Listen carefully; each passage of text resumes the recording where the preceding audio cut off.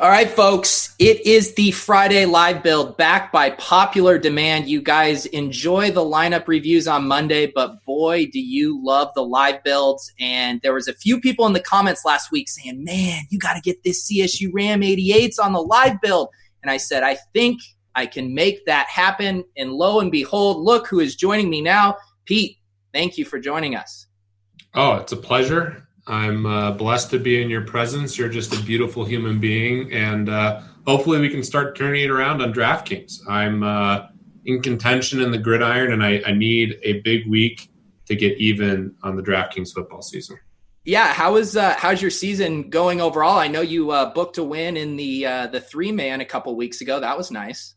Yeah, booked a win in the three-man for the first time in 2 years. It feels good. You know, you should win 25% of the time. I'm winning about 5%, so that's pretty solid. Kind of the same story, doing well around the industry. Just DraftKings has kind of been my Achilles heel for a little while, so trying to figure that out, and hopefully we can have some good stuff going this show. And we were talking a little pre-show. Best ball and season long is trending, so I'll be that guy who's talking about a season-long teams. But yeah, stoked to be here with you, man.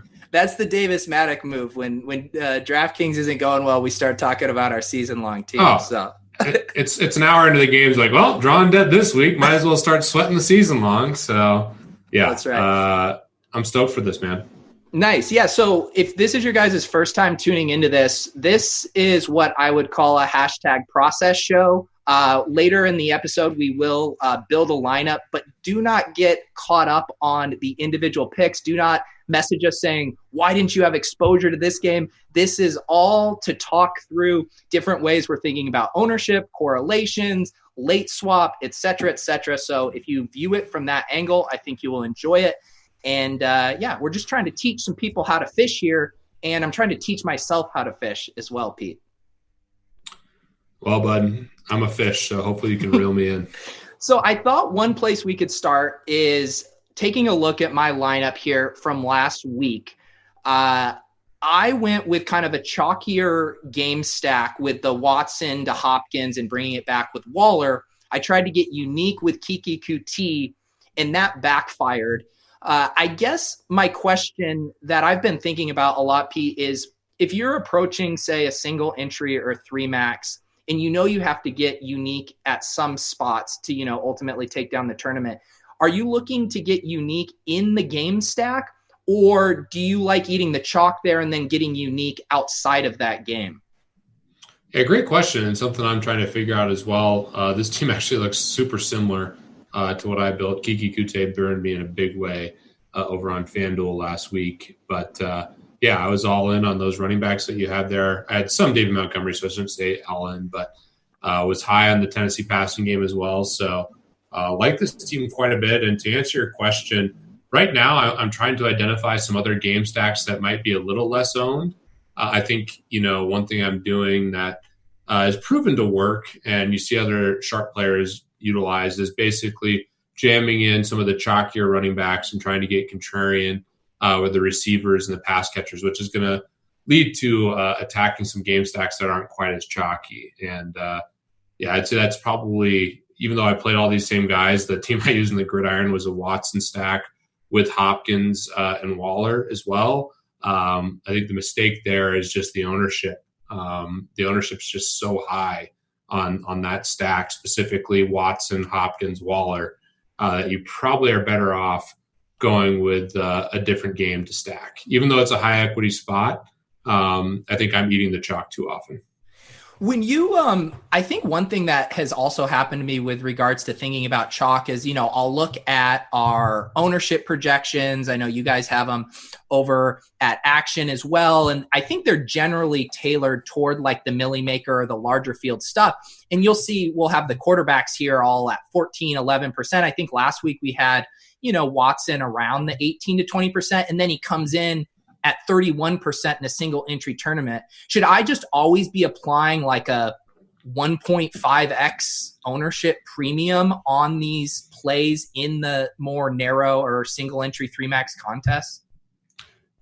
That's a good question. I don't think you have to do it all the time, but I do think like the top projected play at quarterback goes more owned than a lot of the ownership projections, because I think in the Millionaire Maker, those ownerships go down specifically because a lot of the pros are jamming in more contrarian game stacks and quarterbacks and are fading the chalk in a big way. So I do think that the Millionaire Maker ownership projections are a little bit better. And when you get into these single entry contests or 3-max, a lot of people are jamming in their cash game teams. A lot of people are jamming in like their higher equity teams, which are going to include a lot of chalky players. So to me, something I'm trying to work on and want to be more cognizant of is how can I avoid eating like the really heavy chalk? And I think specifically, Deshaun Watson's a great example. These high total games, like the highest total game on the board, when you end up going with the game stack, you just end up eating a ton of chalk. Just like I said with Watson, Hopkins, and Waller, it's just so heavily owned that you really have to pick up leverage elsewhere. And like, I would rather eat the chalk at the running backs, and it's easy to say after, Latavius goes ham and a lot of the chalkier running backs do well. But in general, the chalkier running backs, have a much more narrow range of outcomes because they're seeing so much opportunity and they're in such good spots that it makes more sense to eat the chalk there and be contrarian elsewhere. Yeah, no, that makes sense. I'm going to take a quick detour to give a shout out to the chat. We got the YouTube chat going. We got the Grinders live chat. Big T is in here wondering if you have pants on. Actually, someone else was wondering, and Big T has a definitive no, you're definitely not wearing pants right now. Can you confirm or deny this rumor? I got the pants on. I got the standing desk. I mean, I don't have to wear pants for the same reason Big T does. Big T has such a long hose that shorts or anything else, won't contain the hose. So, I do have pants on, but for different reasons than Big T. And my time mostly on RotoGrinders now is for the Morning Wood. Just a little bit different vibe on this show than the Morning Wood. Yeah, no, we're getting Morning Wood hose talk. I mean, we are one pipe away from getting the full Monty of euphemisms there. So one thing too I want to talk about, again, more large. So this is my spreadsheet, Pete, of me firing at the single entry bankroll challenge. You'll notice I've bubbled the last 3 weeks, barely cashed the week before that. That actually has me maybe a little nervous that I may be building too conservative of lineups if I'm always hovering in this range. Do you think I can read into that, or is that too small of a sample size to make that kind of assumption? No, I mean, this honestly looks very similar to what I'm doing. And that I think that's really been my problem on DraftKings because it's a more tournament-oriented site. And a lot of the prize pools have a huge emphasis on finishing first. And I built my DFS career and a lot of my start by just playing the highest optimal lineups. And those teams were more contrarian in the early days of the industry. And now the market's gotten so efficient that you really have to figure out ways to gain leverage versus the field. And I can't tell you how much money I've lost over the last couple of years having a lot of teams min cash or just be right there on the bubble.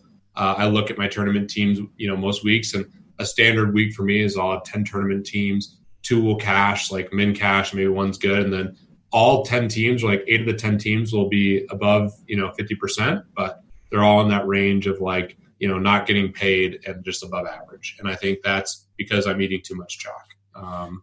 That's just the brutal honesty and just, to me, just looking at your results, that's what it looks like you're doing as well.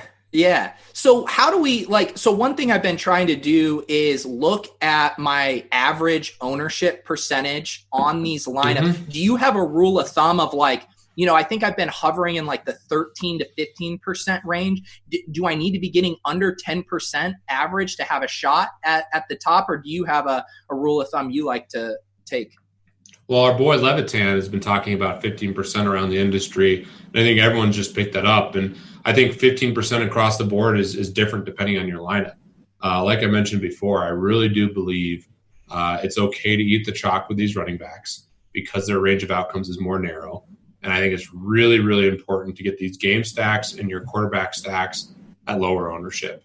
Just because receivers are their range of outcomes are so much more wide than these running backs. So, you could have 15%, but if you're eating the chalk at the receiver position, like that's not nearly as good as, eating the chalk at the running back position. And obviously you have Latavius at 52.5%, but to me, I think that's what I'm really trying to work on is identifying how can I be contrarian in some of these spots that are a little different. And shout out to Ricky D, freaking guy is just an all-time stud. Somehow is 5th in the single entry here. Unbelievable. The guy, if you want to look at lineups right now, in my opinion, Chipotle Addict and Papa Gates have been the best players for years in tournaments, but the best player in 2019 in all sports has been Ricky D. So if you're looking at lineups to analyze, Ricky D is doing it better than anybody. Well, look at his ownership right there. I was just going to say, holy cow, basically only one play over 12%. Wow.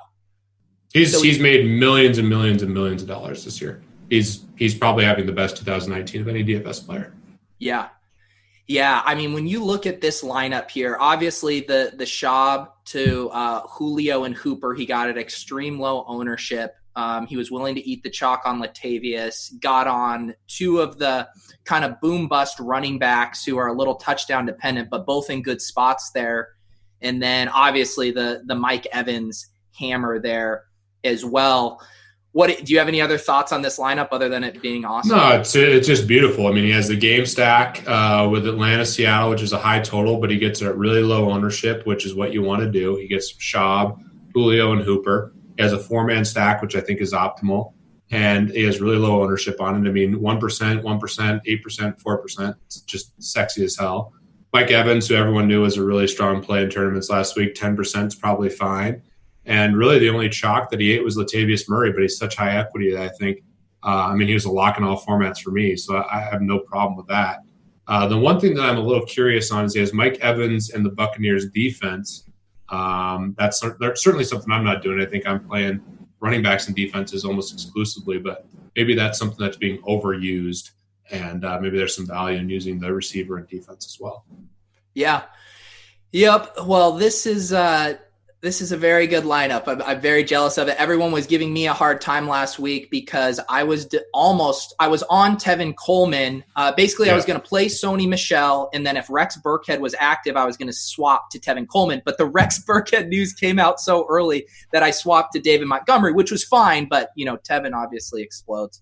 So not to shout out myself, but my best tournament week was last week over on FanDuel, and I had a ton of Tevin Coleman. San Francisco defense. There you go. Which we can hopefully apply to this week and other weeks is just identifying those really good teams and really good players that might not be in the best spots. Although Carolina, I think, coming in, we're an underrated defense. Then Silva and a lot of guys are promoting them and talking about how good they are. They have been kind of a run funnel. They've been really good against the pass, much worse versus the run, which is what led me to Tevin Coleman. Yeah. Okay, let's start now focusing our attention on this Week 9 slate. I mean, one thing that has me very excited about it here is just how good this 4 p.m. slate is. It seems like there's going to be a ton of options for late swapping, getting leverage if you're behind. What is your thought when building lineups when we have a good late slate? Because these are few and far between. Are you going heavier on these later games because of that optionality? I am, and love the optionality talk. Talking about the morning wood, this is getting me excited. I know how to get to your heart, Peter. Yeah, you really do. I mean, look, the 1 p.m. only games are mostly totals in the low 40s, and then we have, 3 of the 4 or 5 best games in the late slate. So you want to maintain optionality. You want to maximize your ability to pivot. And I think, some of these guys might be lower owned in some of these spots. So, yeah, I think this late slate's awesome and probably one of the best slates of the year. 6 games in 1 p.m., which is great, and 4 games for the 4 p.m. So red zone should be great, and it won't be one of those weeks where it just comes to a grinding halt. I really, really like how this week sets up. And you really, like you said, I think you want to maximize your optionality and make sure you have the ability to pivot. So there's a lot of spots here that I really like. So I know I said just move on, but I do want to talk about how to think about late swap. So last week, for instance, I had the Carson, Latavius, and Montgomery. Those were playing well, and I knew I had this chalky game stack going. I let it ride, thinking I had hit decently. That was maybe a little naive considering how many big performances there were. What is your threshold for where you sit in a contest of being all right, we need to get contrarian to really make up ground, or I'm going to let it ride and eat the chalk? How do you think about that? Yeah, I don't think in your specific spot you needed to get contrarian, super contrarian. I probably would have let it ride too, given how things started. In hindsight, it's easy to say maybe one thing you could have done is gone, more the Oakland route, and not that would have paid off like in a much different way, but maybe you go Carr, Waller, Tyrell, Hopkins, or something like that. Was the AJ Brown, that Tennessee game, that was one of the 1 p.m. games, right? Yeah. So you had one kind of big dud at the start. So you know you're in a little bit of trouble with that. But the rest of your team, I mean, Latavius goes off. He's heavily owned. Montgomery was really nice. And he was late too, though, right? Yeah, now I can't remember. I can't remember either. I just No, it was 1 p.m., yeah. Oh, did you? Yeah, okay, so it was 1 p.m. So all those guys were 1 p.m. Yeah.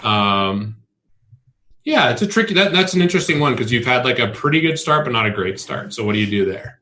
In the thing that you were talking about, how these contests are so top heavy, you know, I've been trying to do kind of the expected value math in my head. Like if I have, let's say I thought I had like a 60% chance at a min cash there with that team letting it ride. So that's like $115 of expected value. Whereas if I get super contrarian and I think I have a 10% chance at a top 200 finish, that's only $350. That's like $35 of expected value. So that's why I was like letting it ride, where I feel like the contrarian pivots really make sense if you're hovering in this like top 50 range and really trying to spike to the top. Yeah, after the morning, you were probably pretty thin to win first, which is obviously where the majority of the equity is. So you're in kind of a tough spot, to be honest. Yeah. And I do the same thing. But in general, I think I have a tendency to jam in the highest equity plays versus really thinking about how to be contrarian, which is a leak in my tournament game. Yeah. So what? Let's talk now here. What is interesting? What is interesting to you as far as games to attack? Another kind of narrative to this slate is how few high total games there are, not too many pace up spots. It seems like everyone's going to be gravitating to this Tampa Bay Seattle game. Are you also looking there? Or are you thinking of getting different? So the game that I like that has the lowest total is the Dolphins game. I actually like that game quite a bit, just because there's so much value in that game. And there's really not that much value on the slate in general. We did get news, and I need to go through everything. It looks like Connor's doubtful, so now Jalen Samuels becomes, a really strong play. But outside of that, I need to go through a little bit more news things. But I actually like this game quite a bit, and I think there's going to be some interesting ways to be contrarian. I think Le'Veon Bell is just a phenomenal play, and I think because of his price, not many people are going to be on him. He's busted as chalk so far this year. And at 7,700, you're basically picking him over other really good running backs. And I think the majority of people are going to pay up for Dalvin Cook and Christian McCaffrey, which is going to lead this range really underowned. Especially now with Jalen Samuels, I think people are going to go stars and scrubs with their running backs. So I like Nick Chubb quite a bit. I like Aaron Jones. And I like Le'Veon Bell. We also have the squeaky wheel narrative. Big report out that, about Gaze and Le'Veon Bell, and Le'Veon's expecting more opportunity this week. So love Le'Veon Bell in this game. I think Robbie Anderson's one of the best tournament plays on the board. I actually like Jamison Crowder quite a bit. I know Demaryius has been stealing some of the target share, but historically, Darnold's really thrown to the slot, and I think Crowder showed that huge report early in the year. So all the Jets make sense to me. And then on the Dolphins side, you have all these cheap receivers, and I think they're all interesting. I mean, Devontae Parker scored 3 touchdowns, 3 straight weeks. Didn't score last week, but still looking good. Preston Williams, shout out to CSU. Love the talent, preseason monster. Has huge upside, and these guys are cheap. So I have no problem with basically anyone in this game, and I think you can build a small stack around that and then leave a lot of optionality for the late slates. And I also have no problem stacking one of the later games. I do think Seattle-Tampa Bay is going to be really chalky, so maybe – we should fade that, even though I'm, wanting to go there. What do you think about the Detroit-Oakland game or the Chargers-Packers game? Do you think either one of those is chalky? I think that Detroit-Oakland game will probably end up being the second chalkiest game. I think Stafford is going to end up being very popular. I think people are going to go back to Galladay. The thing that's interesting to me about that game is there seems like there's some good leverage spots there, as far as it doesn't seem like Marvin Jones is going to be too popular this week. He seems to be in a good spot there. We got him down here at 7%.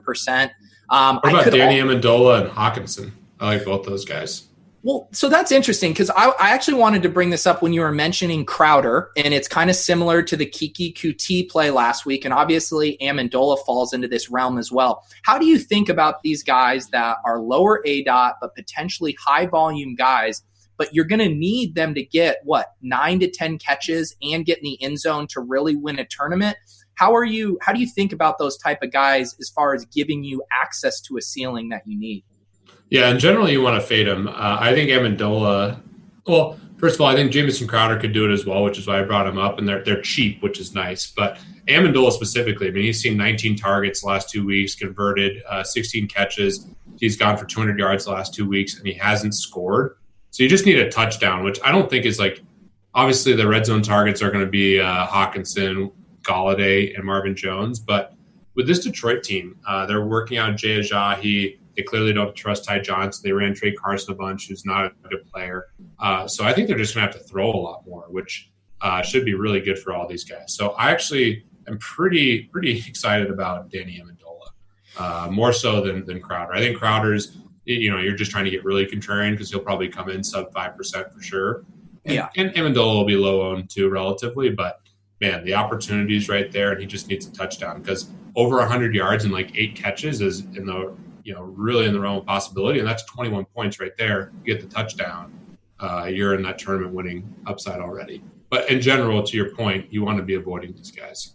Yeah, and I think maybe the best way to think about it, and tell me if you agree, would be you want to be on these guys when, one, they're going to be low owned. You do not want to play chalky, low ADOT guys. No. And then two, when you also can leverage a situation like if everyone's on Kenny Galladay and you're leveraging Amendola. So maybe if those two criteria line up, then you can enter that slot wide receiver. And it's a great spot too, right? Like we know Oakland's a pass funnel. We know that where we're expecting the Lions to have to throw a lot. So I really like Amendola a lot this week.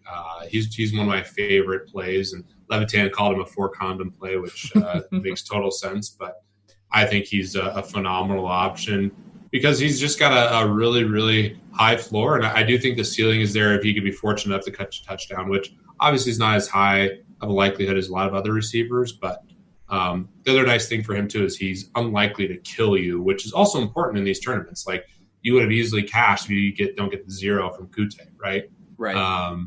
So there, I mean, you're thinking about ceiling more than anything, but floor is still relevant. Yeah. Kevin in the chat brings up something I was just thinking about earlier about this Vikings-Chiefs game flying under the radar. I know you love some Chiefs, some Tyreek Hill, some Travis Kelce. We also love Diggs. What are your thoughts on this game? Yeah, I mean, I freaking love this game, assuming Mahomes plays. The downside of this game, but maybe it turns into a really good spot, is that, all these guys are expensive. I mean, they priced up everyone on Minnesota, and the Chiefs guys are all really expensive as well. So it's going to come down to Mahomes plays, but if he does, it becomes a really interesting spot. Like Travis Kelce's really expensive, Tyreek Hill's really expensive, Dalvin Cook's really expensive, Diggs is expensive, and Thielen's expensive coming off the hamstring. So it's a tricky spot in that regard, but paying up to be contrarian has been a strategy that's worked really well. And, you pair this game with some of those Dolphins and Jets guys, it's really interesting. I think the biggest challenge on this slate is there's not that much value, although value did just open up with Jalen Samuels, who's now probably going to be really heavily owned. Yeah. This is another kind of macro trend this season of, I've joked about it being like the buy high model, the Mike Evans, Chris Godwin situations, the Adam Thielen, Stephon Diggs, Kenny Galladay, Marvin Jones. People are getting so sharp where they're now anticipating this stuff. They're looking at regression, all these peripherals that point to these big games. Where do you stand on the being one step ahead or going back to the Marvin Jones or the Diggs or the Mike Evans after the big game? Yeah, it's interesting. Like you look at DFS golf, people are really hesitant to take the winner after they won the next week. And in DFS football, people are much more prone to recency bias and do it. It just depends. It's dynamic to the situation and how owned they're going to be, specifically receivers. I think that's one thing that if you look through the best players, they're just really fading these chalky receivers. And that to me is the big thing is like if Kenny Galladay is going to be big chalk this week, I love fading him. Even though I'm a huge Kenny Galladay truther, he's been one of my, outside of Amari Cooper, probably the guy I've talked about the most and been most excited to play. But if you tell me Kenny Galladay is going to be heavily owned, like that's such an easy fade because Marvin Jones can do it. Danny Amendola can do it. Maybe they run touchdowns in this week. Like Ty Johnson maybe could be a play. Even though I respect this Oakland run defense, I think they are pass funnels. So long story short, Pete, I think the key is fading these chalky receivers.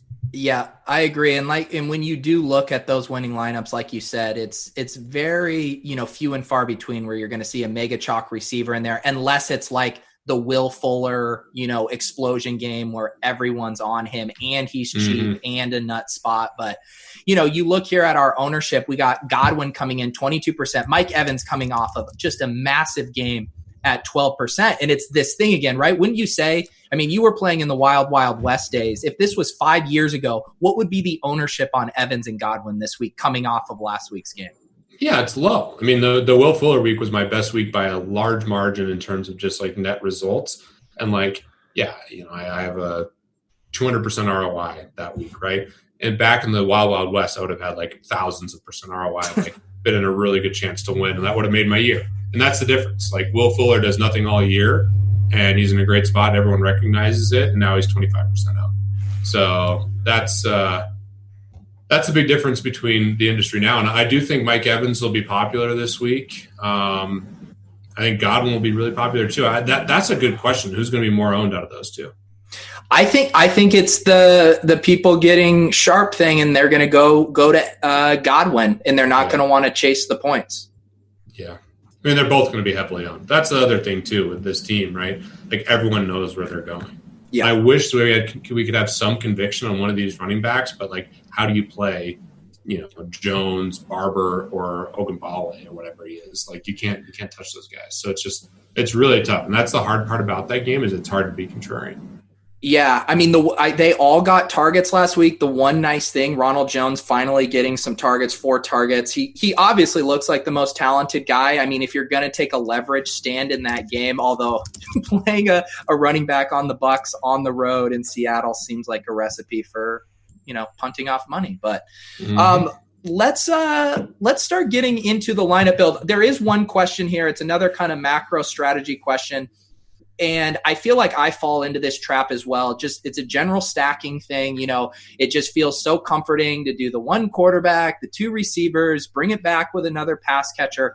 I think we like doing those stacks because it eliminates decisions for us, because there's so many decisions we can make. At least if we do a game stack, that is already self-contained. But I find myself getting burned a lot, and I see these better lineups sometimes doing skinnier stacks or doing a different type of bring back. What's your general philosophy on just stacking in general?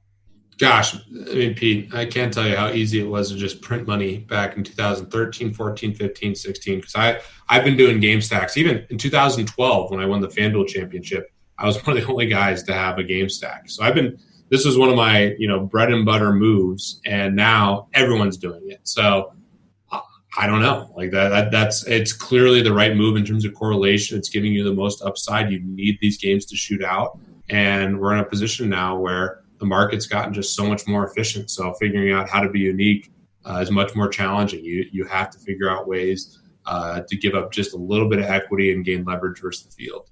And to be honest, I have not evolved enough. So I want to talk through that with you. I do think I've made too many like 4 and 5 man stacks where I should be really focusing on these 3 and 4 man stacks and getting more leverage in other scenarios. But I still think the game stacks are the right move. It's just finding those games. And to, highlight another great player, Ricky D, who we mentioned before, that winning lineup was a game stack. So I still think that that's the right move. It's just one of those things where, the market's gotten way more efficient. The most obvious example of that versus the glory days of DFS, like 2013, 2014, 2015, in baseball, people didn't even know to stack there. Like it was like, 30, 40% of the lineups are stacks. Now you look at baseball tournaments now, it's like 80, 90% of the games are stacks. So it's just another point where DFS has gotten more efficient, but we got to find those edges. Yeah, and I think one trap that I fall into is sacrificing a really good play just because I've already started to build my lineup around the stack. I think the stack makes sense when all the pieces fit. But, a good example would be last week, everyone played Latavius Murray, but not as many people played both Latavius Murray and Michael Thomas, even though they were great spots. Because I think that gets our correlation, stuff. It's we negatively feel correlated. Yeah. And so it's how do we make sure that we don't miss on those spots when two guys are in clear spots and you can play them both together? Yeah, well, the one easy thing to say now is play Drew Brees. I mean, Drew Brees was 4% last week. You play him with those two, you're off to a really good start. But yeah, I struggle with that too. I don't, in general, make lineups that are negatively correlated very often. So I didn't have any lineups with Michael Thomas and Latavius Murray together, and that proved to be a mistake. And I think with Michael Thomas specifically, he's just so likely to get there. He's as consistent of a receiver to get to 20 points because he's low ADOT and he's still high ceiling.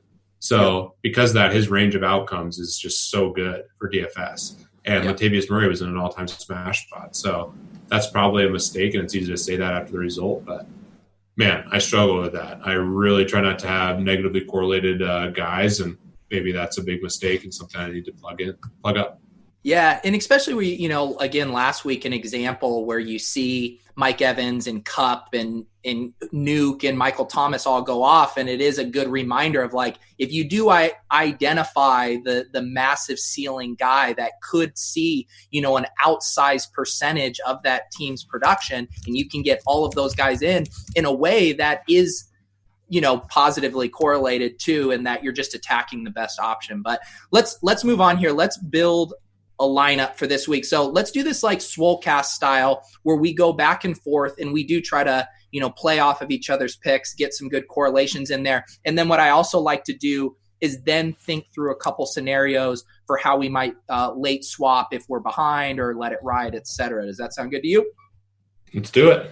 Dude, look at you multitasking in the chat here, talking about magnums for Big T. I mean, you're just a pro at this stuff, Pete. I mean, Big T's in the chat. We're just lucky to be graced by such, Big T is just an all-time legend. I mean, yeah, we love it. We love it. We need some loans. We should get loans from Big T. I mean, the guy's just swimming in cash. So if the Bankroll Challenge goes south, ask Big T for some money.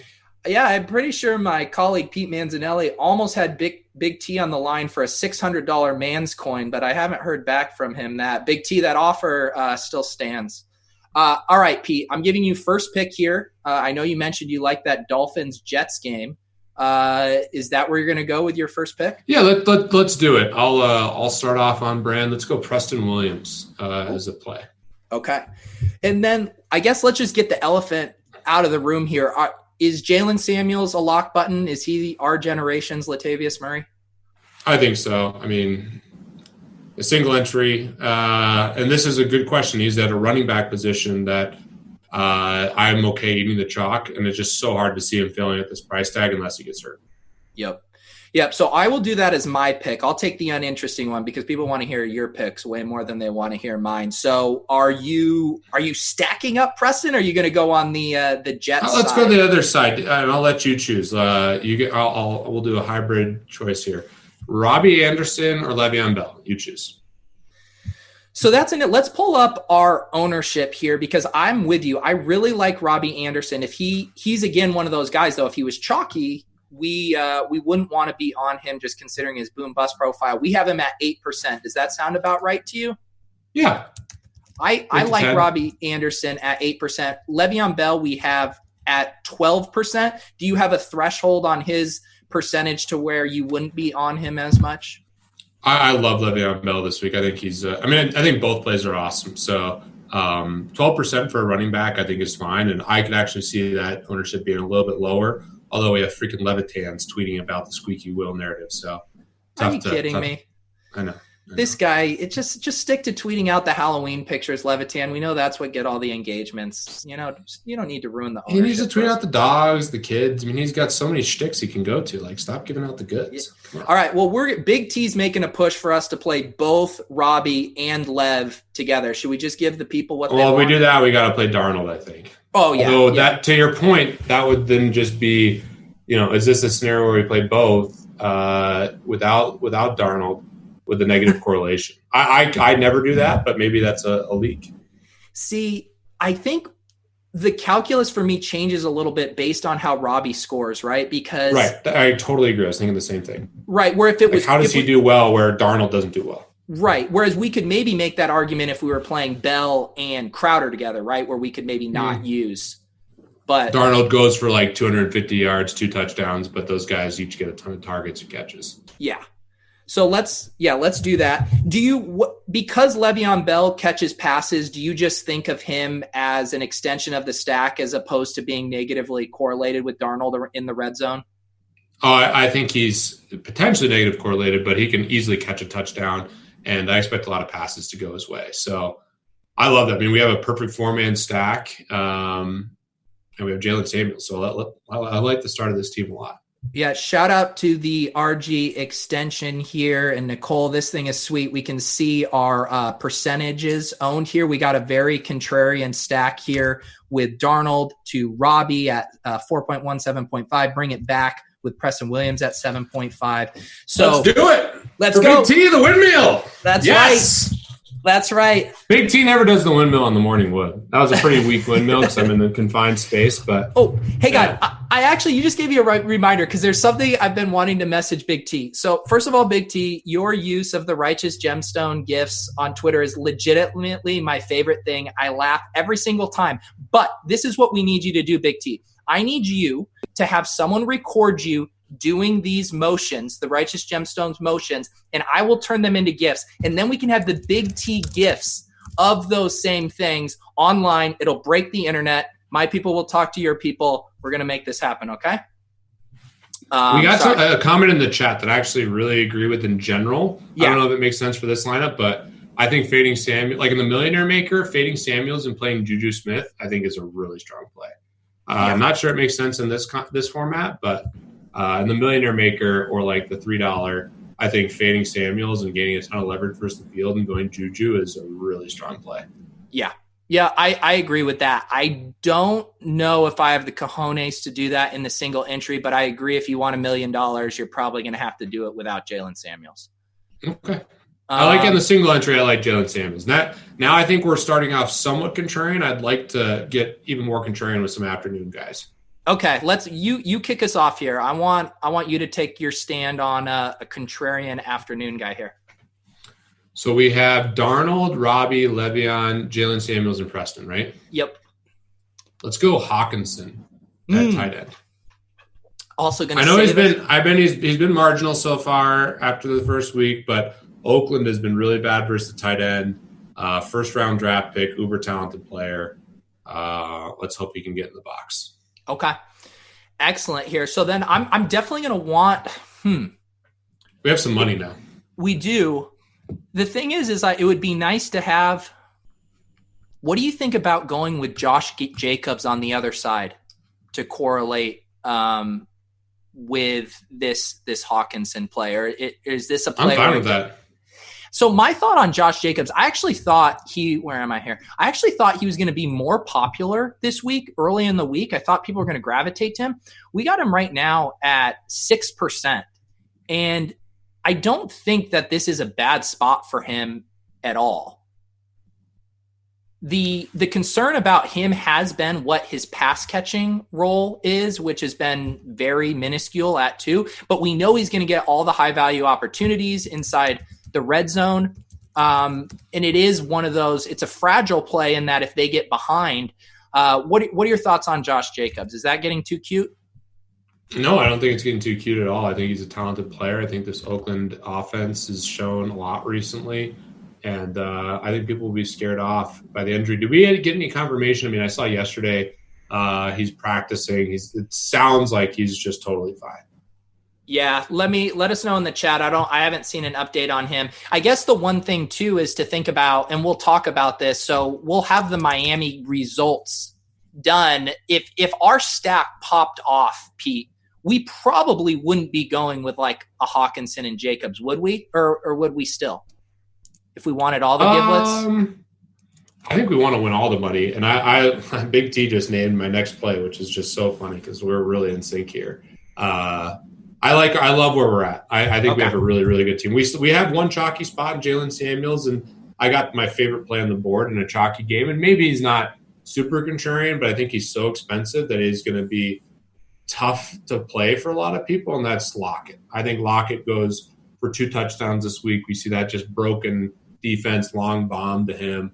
I think Lockett is a great way to get exposure to that game. I think more people are going to play like Carson, even though Tampa Bay has been a really, really good run defense. So give me all the Lockett. I love the Lockett play too. And again, my intuition model, highly analytical, says Lockett is just due for one of these monster games, right? I really hope so. I love Lockett this week. Can we look at our team and how much money we have left over too? So I'm gonna have to back off the Josh Jacobs play because we can't leave this much salary on the table, right? Oh, that was our last pick, huh? Yeah. So let's go off. Let's maybe reverse engineer it. Let's pick a defense and then see how much we have. Well, how can you scroll down so I can see what we're working with here? Oh, sorry. Can you see this? Oh yeah. Okay. So we have 11-5 now. Yeah. Okay. Yeah. So what running back do we want to use here? Right. Because we have some, the Chubb has been talking about the Chubb. The Chubb has been talking about the chat, and the chat has been talking about the Chubb. Nick Chubb, I mean, first of all, Pete, boots on the ground in Denver. What are the thoughts on Brandon Allen out there, man? Oh, it's going to be bad. I mean, the Broncos need to lose, and I think this is them, obviously Flacco talking smack after the game, which all of it was just 100% accurate.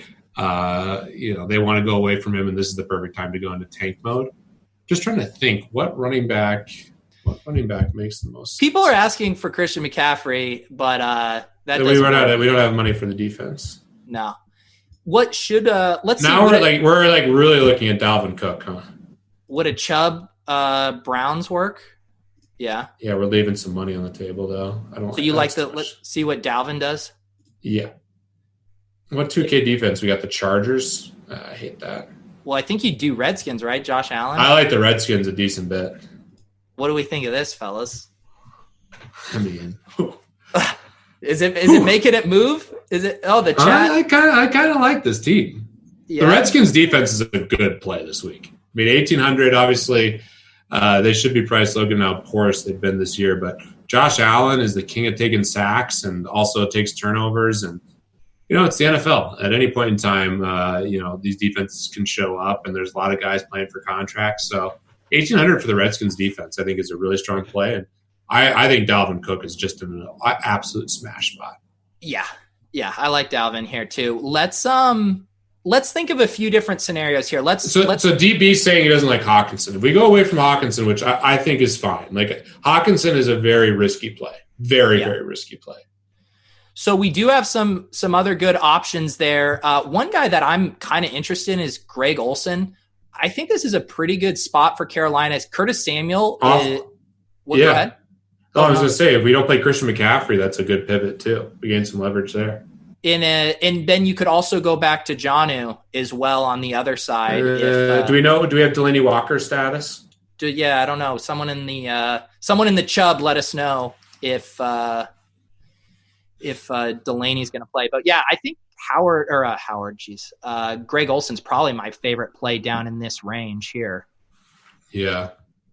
Oh, Delaney. I'm just a Hawkinson guy just in general. I just think he's so talented, but yeah, I get it. I really do. The one thing about this lineup and one thing I'm going to try to do this week, I have high conviction on the Lions passing game being successful.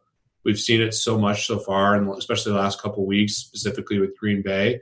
And I think given the running back situation, Detroit's going to just have to throw more. So I don't feel comfortable with teams in general that don't have some piece of the Lions passing game. Okay. Yeah. I hear you on that. Maybe I'm wrong. And obviously you can fade it. It just, that was part of the reason I liked Hawkinson. So, here's just a question. I mean, we all like Dalvin Cook. Do you feel like it limits your optionality here that we're going to have 3 running backs that are all going in the 1 p.m. slot? Would you prefer to have a little flexibility there? We have no flexibility with this team. This is it's the game stack early. This is like This is the classic tout move, Pete. You take a screenshot when you're doing well early on with this team. When Preston Williams there it is. Scores the first touchdown, and then Robbie Anderson scores. That's when you say, "Oh, look how smart I am! Look how much money I'm winning." What did I just do to my screen trying to take a joke screenshot? There it goes. But let's just say in this stack, let's say it did moderately well, Pete, but you're not absolutely crushing. You have to get off a Lockett, right? I just don't know if Lockett's going to be super heavily owned. What other receivers do we have an option to go to? I mean, Keenan Allen will probably be low owned with the ownership or with the injury, I guess. I like Mike Williams a lot, but he's probably going to be chalky. Yeah, so we have Tyler Lockett right now as the 5th highest owned at 15%. I just really? Yeah. Wow. Yeah. I just don't see how that's going to come to fruition. I guess a lot of people are going to play Russell Wilson stacks, which is what will lead to that. Yeah. But the nice thing is you are going to have it split between him and DK Metcalf. And I know there's a big price difference here, but at similar ownership, I mean, breaking ties in favor of Lockett seems like a no-brainer. Yeah. Surprised Cortland Sutton's so high in the ownership projections. Yeah. I think a lot of people are going to have to go cheaper at receiver if they want to jam in Dalvin Cook and Christian McCaffrey. Right. Yeah, I agree. Yeah, because everyone's going to use Samuels as an option to get up to one, if not both of those guys. Yeah, I think, if you were really trying, let's say that ownership is correct, and you were mentioning how we didn't have Hawkinson, I would maybe look to pivot to Marvin Jones in this lineup if we didn't have the nuts. Yeah, I mean, Big T is saying we got the nuts. And I really hope it's Deion Kane season after T.Y. Hilton. That's O.J. Howard and Deion Kane have really let me down this year. Really let me down. But best ball is trending. It's really trending. All right, guys. Really trending. I think this is pretty good. I mean, we gave you the nuts. We, to make sure we met, or didn't break any terms and, regulations. We fiddled with it enough. Do we want to make a quick team just quickly with like a late stack, just real quick? Yeah, let's do it. I didn't want to, I know you got stuff to do, but if you got the time to make a late stack. A little bit. Let's make a late stack. You start it off though. All right. Late stack. Let me look at my options here. Let's see. So I was earlier in the week a little interested in Rivers at his price, but now I'm a little worried. I was reading the article about the offensive line, defensive line mismatch, and that has me a little worried about that. However, I do think you could make a case for Rodgers here at pretty low ownership. Why don't we start with Rodgers? How do you feel about that? Yeah, let's do Rodgers. And I'm going to make the next pick. Let's go Juju, and let's not play Samuels. Okay, we're going to get funky, guys. This is what happens. This is the contrarian team. This is the contrarian team. So I guess it sounds like Devontae Adams is going to go. If he goes, we fire him up, right? Yeah, we're playing Rodgers. It's fire away. Should we do it, dude? Should we just hang some dong and play Let's Rodgers just play Devontae Adams. I love that. Okay.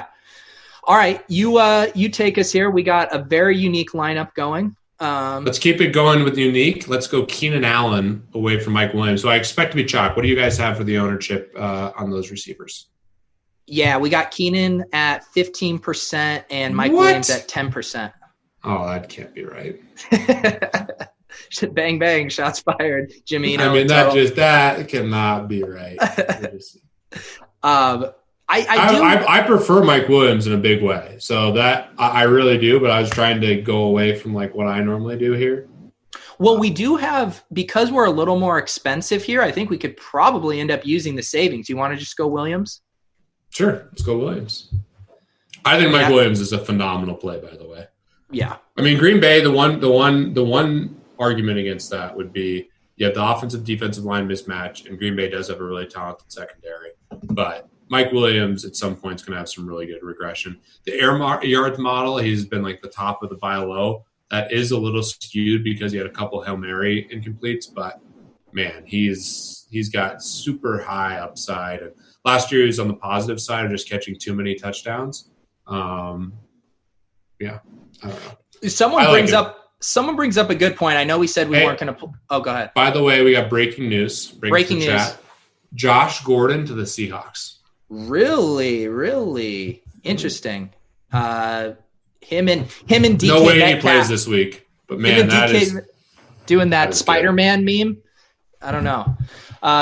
Let's see. Someone brought up a good point, Pete. We were just talking about not missing on the Michael Thomas Latavius combo. Is Juju and Jalen Samuels this week's Latavius and Michael Thomas? I'm fine with it if you want to throw it in there. No, I mean I think it's just something we consider, but I don't think we have to do it here because this lineup is to win $1 million. Here's a question. I think we fade Samuels. I think that's really the move. Because what are the Steelers implied for? It's not like they're – I think the difference is last week you have the Saints that are implied for a ton of points, especially when Breeze coming back. Yeah. So you know that they're going to put up a ton of points. They have one of the best offensive lines. I know it's the Bears, but yeah. I'm sorry, not the Bears. That was week 7. Saints played who'd they play last week? Cardinals. Yeah. Come on. So – at home versus the Cardinals, they're implied for $1 million. Right. I don't think would there be anything more tilting than having a Rodgers stack and not having Aaron Jones in it and just watching him pop off? I was going to say I want to go Aaron Jones. Yeah, we need him. I can't imagine Rodgers going berserk. And Aaron Jones right now in the screen game is incredible. The best part about this lineup, too, is you have hope throughout the whole day. Hope. And that's what this is about. Hope is very important. Just if you think life is short, hope is very important, man. That's right. Very, very important. Single entry Sunday's hope. not ruined. If you're all in on the 1 p.m. game and it goes bad, your Sunday's over. Yeah, you go out for lunch, you have a nice glass of wine, you come back and see how the boys do. Exactly. You all right. Fire up a bag, feeling good. Oh, wow. I don't know if that am I allowed to PC? Yeah, we're going to have to talk to corporate about that. Dan Box in the chat. He's going to kick us off. That's right. All right. Who are you going with here? Now that we got Rodgers, Jones, Adams with Mike Williams coming back, and we got Juju right now as a one-off. Where are you going? I know you like the Lions. We got to go cheap. Oh, man. Let's see here. Let me just look at a couple things. I mean, you want a millionaire maker winning team play? I got one for you. Royce Freeman. Royce Freeman, Broncos D. Wow. Now we are getting off the reservation. See, I think people sometimes are, they might cry homerism here, Pete. You noted Bronco fan, so defend this Royce Freeman play. I mean, I think the Broncos with this quarterback who's garbage, I think the one thing they can do to be successful is try to establish the run. And this Broncos defense against Baker and this offensive line, then they can get pressure. They get a couple turnovers. Royce Freeman's a talented player still. Lindsey and Freeman, and we got all the optionality, and we're maximizing our hope throughout the day. Yeah, and the nice thing about Royce is he's generally had a pretty steady pass-catching role. Last week it dipped a little bit, but that was just a disaster of a game. And I'm fine with Lindsey, too. If you want to call Lindsey over Royce, I have them projected close, obviously. But if you have a strong preference on Lindsey, maybe Lindsey with the elite speed is a better play. He's been more heavily owned throughout the year, but I think both are going to be just so contrarian that if you want to go Lindsey, I'm fine with it. So let's see how the salary breaks down. We can go either one. Yeah, no, I prefer Freeman too because, although I guess if you're correlating with Broncos D, to me, I view Freeman as a little more of the playing catch-up back versus Lindsey maybe, hammering at home if the Broncos are winning. So maybe Lindsey correlates a little bit better with Broncos D, but I think they're both good. This is my attempt to be contrarian, so no judgment in the chat. No judgment. No judgment. Okay, I finally have to get off the play that I want here in this. This is the Millie making team. We're running out 4 wide receivers. I'm playing Marvin Jones, all right? Perfect. And then, go ahead. How much Look we at got this. Left? What's that? How much we got? 4,300 for tight end? 4,300 for tight end. In this economy? Not bad. Not bad. Zach Ertz were 400 away from. Well, we could go down from Broncos D. I don't know if Freeman and Broncos D are a beautiful correlation that we have to have it. Okay. If you would want to get up to Ertz. I would love to get up to Ertz. What was 2,500? We had Pittsburgh D, 2,400, but we don't have Jalen Samuels. Maybe we go the Ricky D, the receiver and the defense. Yeah, I can dig that. Not the worst idea. No. Although the Colts, I don't like Pittsburgh D at all. The Colts offensive line's so good. Oakland defense versus the Lions. I don't really love that. What do you think about Chiefs at home? Could they get a couple turnovers? Yeah, they could. This is how you win the millie, right, Pete? Yeah, let's do it. There it is, guys. Everyone put that in the millie. We'll chop it 400 ways. Doesn't that sound like a great time? Sounds great. Awesome. No, though, but Pete, thank you for hopping on. This was really fun. Mans, I love you, bud. You're the best. This was a good time, guys. The chat, thank you guys for coming out and talking about wood and pipe and dong and all that good stuff. We'll keep running this back. If you guys enjoy these on Friday, definitely, as if I need to plug Pete's stuff, you know where to find him at CSURam88, Action Network, DFS Edge Pod, all that good stuff. Pete, anything I'm missing here?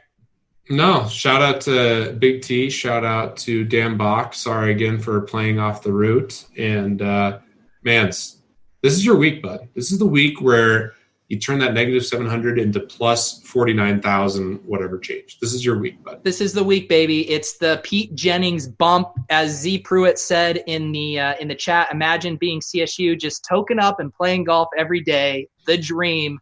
That's what I'm going to be doing. It's the dream if you're playing well. This summer, I was truly living the dream for a stretch. If you're playing bad, ask Dan Bach. It's a scary time, and yeah, it's hopefully a week where we win a lot of money. That's what we're going for. Let's have the community take home the cheese this week. That's right. We're taking home the cheese. I believe that is a nice pun for our Rogers Green Bay stack here. You are savvy.